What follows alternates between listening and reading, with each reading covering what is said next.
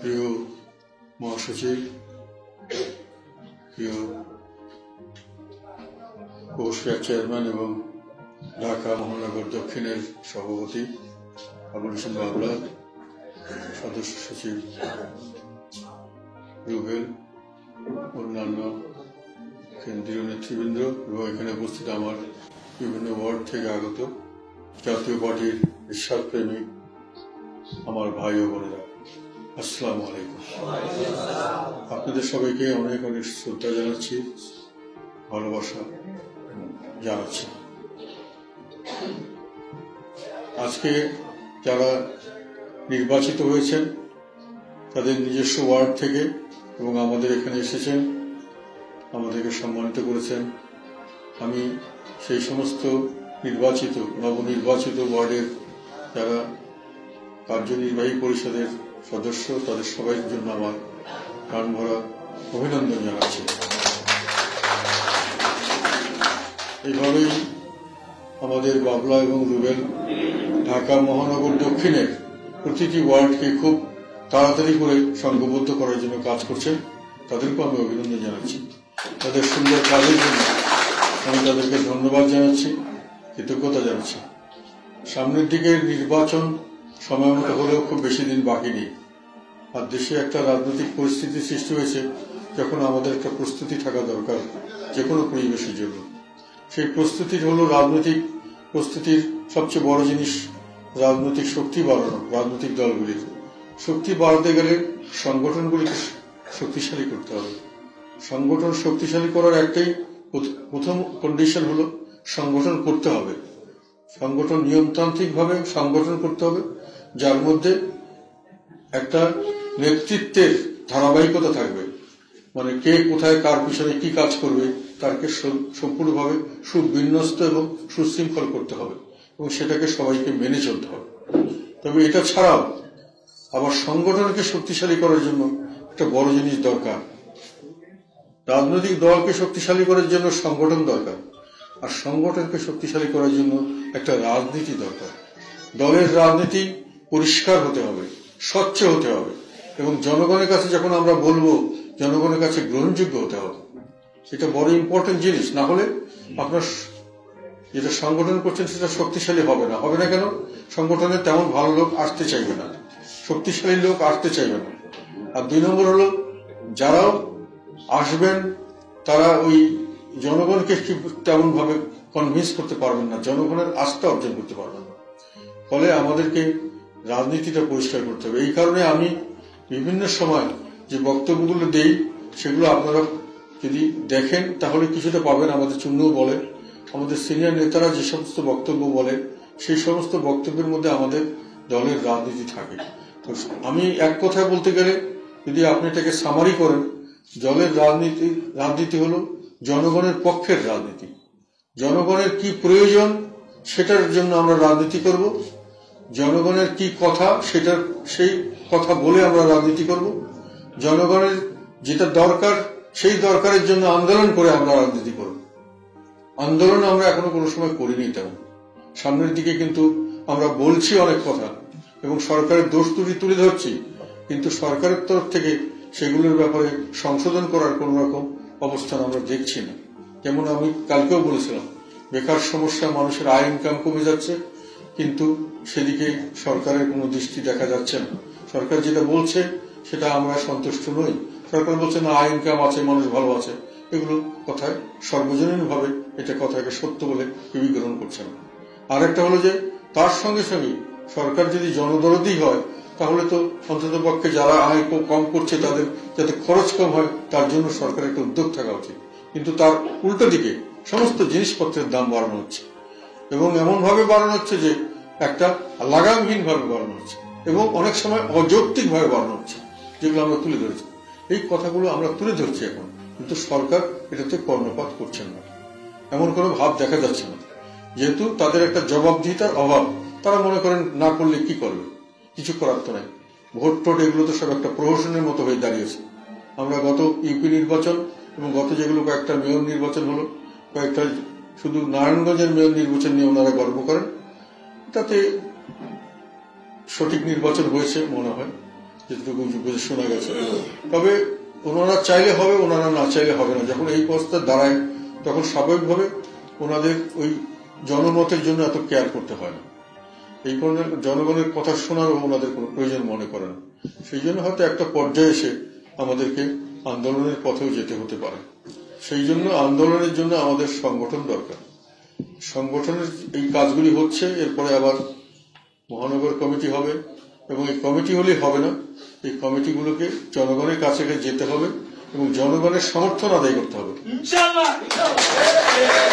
জনগণের সমর্থন আদায় করতে গেলে আপনাকে কিছু কথা বলতে হবে, জনগণের কথা, যেটা জনগণের মনের কথা, যেটা জনগণের মুখের ভাষা, যেটা জনগণের প্রয়োজন, এগুলোকে তুলে ধরতে হবে এবং সেগুলোকে নিয়ে এমন ভাবে আপনাকে যেতে হবে যে আপনি যেন জনগণ আপনার আস্থা রাখতে পারে। যদি মানুষের জন্য, বিপদের জন্য যদি আপনাকে নিজস্ব কিছু কষ্ট স্বীকার করতে হয়, ত্যাগ স্বীকার করতে হয়, সেটা করার জন্য নিজেকে প্রস্তুত রাখতে হবে, তাহলেই জনগণ আস্থা পাবে আপনাদের প্রতি। লিডার কাকে মানবে? যে আমাকে বুক দিয়ে আগলে রাখতে পারে, যে আমার বিপদে আমার সামনে থাকবে, আমার সুখের দিনে না থাকলেও বিপদের দিনে আমাকে সঙ্গে থাকতে হবে। সেই কারণে মনে রাখবেন এগুলো কথা। সামনের দিনগুলি খুবই অনিশ্চিত, এবং এই অনিশ্চিত ভবিষ্যতের কারণেই জাতীয় পার্টির একটা প্রত্যাশা করার, মানুষের মধ্যে একটা প্রত্যাশা আছে যে জাতীয় পার্টি সামনে আসলে তাদের জন্য ভালো হবে। যেহেতু 91 পর থেকে আমি কয়েকবার বলেছি, বিএনপি এবং আওয়ামী লীগের কাছ থেকে জনগণ যে প্রত্যাশা করেছিল ঠিক তার উল্টাটা পেয়েছে। জনগণকে যখন বলা হয়েছিল দুর্নীতি দূর করা হবে, কিন্তু জনগণকে দুর্নীতিতে নিমজ্জিত করে বিশ্ব চ্যাম্পিয়ন করা হয়েছে। বলা হয়েছিল যে মানুষকে কোন রকম ভাবে অন্যায় অবিচার করা হবে না, কিন্তু অন্যায় অবিচারের দিনকে দিন মাত্রা বেড়ে যাচ্ছিল। আপনারা দেখেছেন কিছুদিন আগেও যে বিচার বহির্ভূত হত্যাকাণ্ড, যেটা আমাদের সংবিধানের মধ্যে বলা আছে, যেটা নিষিদ্ধ আছে, এরকম অনেক কিছু আছে। সংবিধানের কথা তারা মানছেন না, সংবিধানকে তারা কাটাছেড়া করে এমন একটা পর্যায়ে নিয়ে গেছেন যেখানে মানুষকে তারা, যেটা মানুষের প্রধান দাবি ছিল যে আমরা একটা নিজেদের দেশ নিজেরই শাসন করব, গণতন্ত্র থাকবে, সেই গণতন্ত্রকে তারা ধ্বংস করেছেন। এবং এখন আর দেশে গণতন্ত্র আছে এই কথাটি বললে মানুষের সঠিকভাবে আমার মনে হয় যারা বুঝেন তারা এটাকে একটা প্রতারণার মতো মনে করছেন। কারণ গণতন্ত্র বলে এখানে আমাদের দেশে এখন কিছু নেই, এবং আমাদের দেশে সংসদীয় গণতন্ত্রের নামে যেটা বলা হচ্ছে সেটা কোনো ক্রমেই সংসদীয় গণতন্ত্র নয়। যখন প্রেসিডেন্সিয়াল শাসন ছিল তখন হয়তো কিছুটা হলো পার্লামেন্ট অকার্যকর হলেও প্রেসিডেন্ট এবং প্রধানমন্ত্রীর মধ্যে একটা ক্ষমতার কিছুটা হলো একটা ভারসাম্য রাখার ব্যবস্থা ছিল। কিন্তু এখন সেই ভারসাম্যের অবস্থাটা নেই, এবং একক ব্যক্তির হাতে সর্বাত্মক ক্ষমতা, এবং তাদের করে একটা কর্তৃত্ববাদী একটা শাসন চলছে, যার নির্যাতনে নিষ্পেষণে সাধারণ মানুষ জর্জরিত। মুক্তি চাচ্ছে মানুষ, সেই মুক্তিটা তারা একটা কথা তারা স্পষ্টভাবে বুঝছে, কিন্তু আপনাদেরকে আরো বুঝিয়ে দিতে হবে। সেটা হলো সেটা বিএনপির কাছে সেই মুক্তি তারা পাবে না। বিএনপির শাসনামল তো আমরা দেখেছি, সেখানেও আমরা অবিচার অত্যাচার অনাচার দেখেছি, সেখানেও দলীয়করণের মাধ্যমে বৈষম্য দেখেছি। স্বাধীনতার যে কথা ছিল প্রথম কথা বৈষম্যের বিরুদ্ধে, আমরা পশ্চিম পাকিস্তানের লোকের কাছে আমরা সামাজিকভাবে অর্থনৈতিকভাবে বৈষম্যের শিকার হয়েছি, সামাজিকভাবে বৈষম্যের শিকার হয়েছি, আমরা রাজনৈতিকভাবে বৈষম্যের শিকার হয়েছি। আমরা এই বৈষম্য থেকে মুক্তি চেয়েছিলাম। ভিতরে কথা বলে কি আজাদ,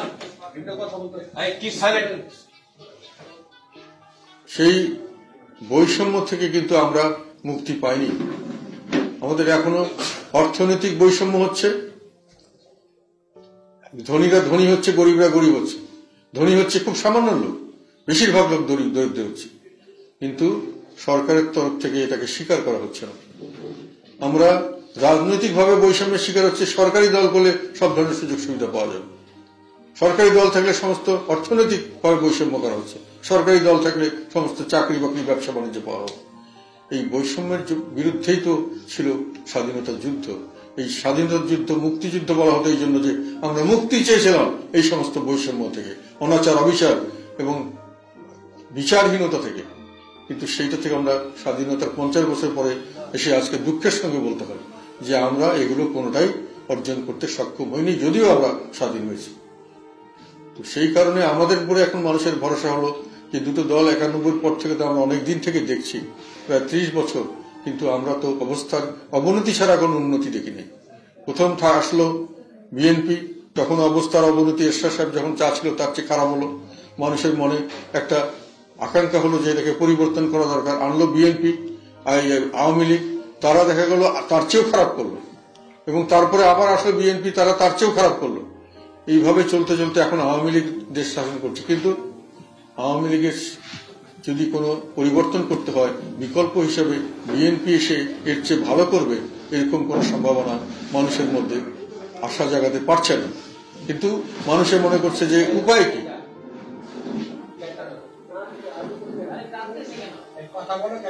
উপায় হলো একটাই, সেটা হলো যে আর একটা বিকল্প শক্তিকে দেখা। সেই বিকল্প শক্তি বাংলাদেশে কে আছে বলেন?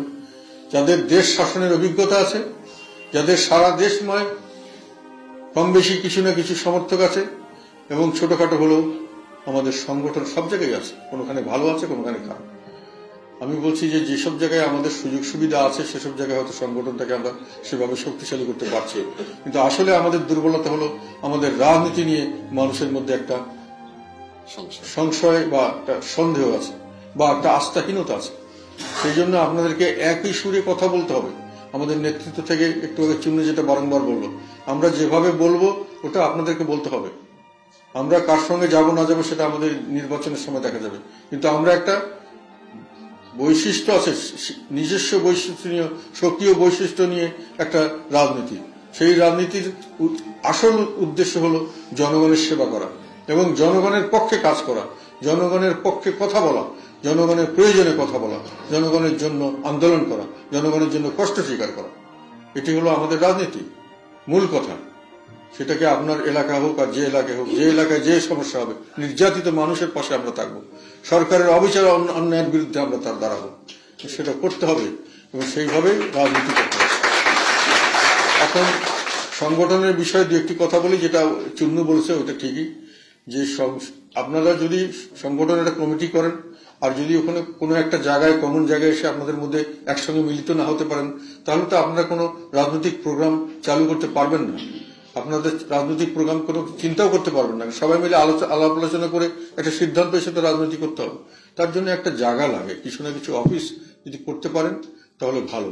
তবে কথা হলো যে ঢাকা মহানগরের 7টি যদি নির্বাচনী এলাকা থাকে, শুধু সভাপতি এবং সচিব দক্ষিণে এবং উত্তরে এরকম আছে অনেক কয়েকটা, দক্ষিণে, হ্যাঁ, তাহলে সেখানে এই নির্বাচনী এলাকাগুলো সবগুলোতেই অফিস করা বা আমাদের প্রত্যেক ওয়ার্ডে অফিস করা, যেখানেই দরকার আমাদের লোকজনকে একসঙ্গে করতে হলে একটা জায়গা তো লাগবে। শুধু ওই আমাদের কাকরাইল অফিসের উপর ভরসা করে থাকলে তো আমরা সবসময় সবকিছু করতে পারবো না।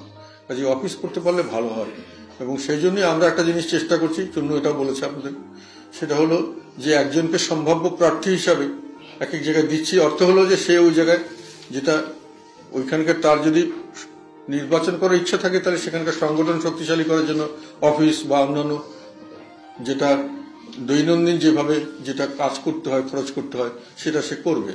তার একটা সামনের দিকে একটা লক্ষ্য থাকবে যে আমি এটা করে সাজাতে পারলে হয়তো আমি নির্বাচনের সামনের দিকে আসতে পারবো। তো সেই কারণে আমরা ওইটাও চিন্তা করছি। আপনারাও দেখবেন, যদি কেউ ভালো লোক কেউ আসতে চায় নিয়ে আসলে আমরা কনসিডার করবো তাদেরকে।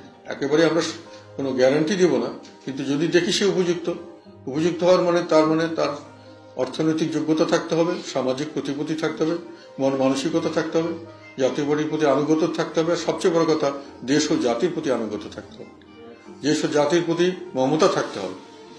এটা বড় জিনিস যে আমরা নিজের স্বার্থের ঊর্ধ্বে উঠে পার্টির স্বার্থ দেখতে হবে, পার্টির স্বার্থের ঊর্ধ্বে উঠে দেশ এবং জাতির স্বার্থ দেখতে হবে।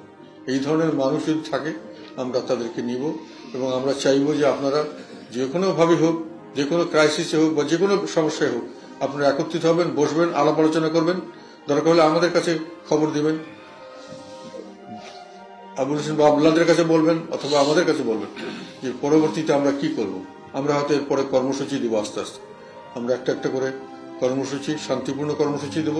তারপরে আমরা সামনে অগ্রসর হলে আমরা সিদ্ধান্ত নেব কিভাবে দলকে এগিয়ে নিয়ে যাওয়া যায়। যেটা বললাম, দলের শক্তি হলো সংগঠন, আমরা এখন সংগঠন করছি। সংগঠনের শক্তি হলো আপনার রাজনীতি।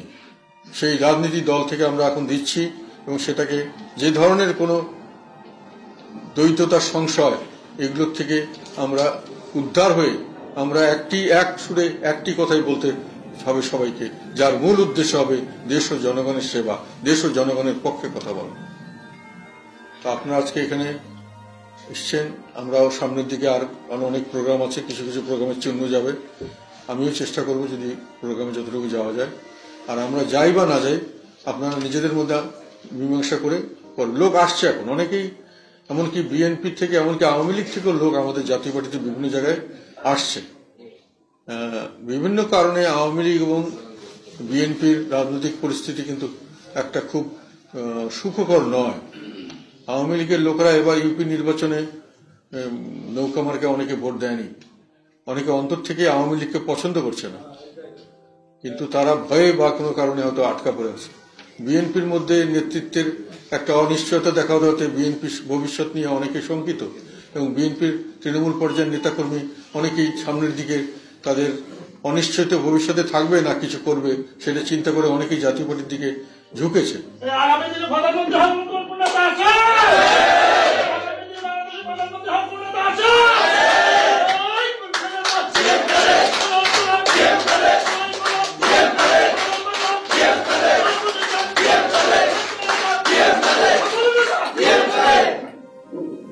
প্রধানমন্ত্রী হওয়া বড় কথা নয়, আমাদের দল যদি সামনে এগিয়ে যেতে পারে, দল যদি ক্ষমতায় যেতে পারে, যেই প্রধানমন্ত্রী হোক আমরা মনে করি দেশ ও জাতির কল্যাণে আমরা কিছু কাজ করতে পারি। যেমন আমাদের নেতা আলহাজ হোসেন মোহাম্মদ এরশাদ, তাকে যতই গালাগালি করুক তাকে কিন্তু জনগণের অন্তর থেকে সরাতে পারেনি, কেননা উনি জনগণের কাজ করে গেছেন। উনি আমৃত্যু জনগণের সেবা করেছেন এবং আমৃত্যু জনগণ ওনাকে শ্রদ্ধা এবং ভালোবাসা এবং সমর্থন দিয়ে গেছে, এবং ওই কারণেই অনেকে এরশাদ সাহেবকে এবং জাতীয় পার্টিকে ঈর্ষা করে, যেটা অন্যান্য দল এত সহজে পারেনি। তো আমাদের আজকের এই অনুষ্ঠানে আপনারা এসছেন, সুন্দরভাবে একটা আলাপ আলোচনা হলো। ভবিষ্যতেও আমরা যখন সুযোগ পাবো বা আপনারা যখন মনে করবেন আমাদের রাজনীতি নিয়ে বা কোনো কিছু নিয়ে আলাপ করতে চাইলে আমরা অফিসে আমরা আসি, এখানকার অফিস ওনাদের অফিসে ওনারা যান, আলাপ সালাপ করবেন। আলাপ আলোচনার মাধ্যমে আপনাদের মতামতের ভিত্তিতেই আমরা সামনের দিকে অগ্রসর হব ইনশাআল্লাহ। আসসালামু আলাইকুম, আপনাদের সবাইকে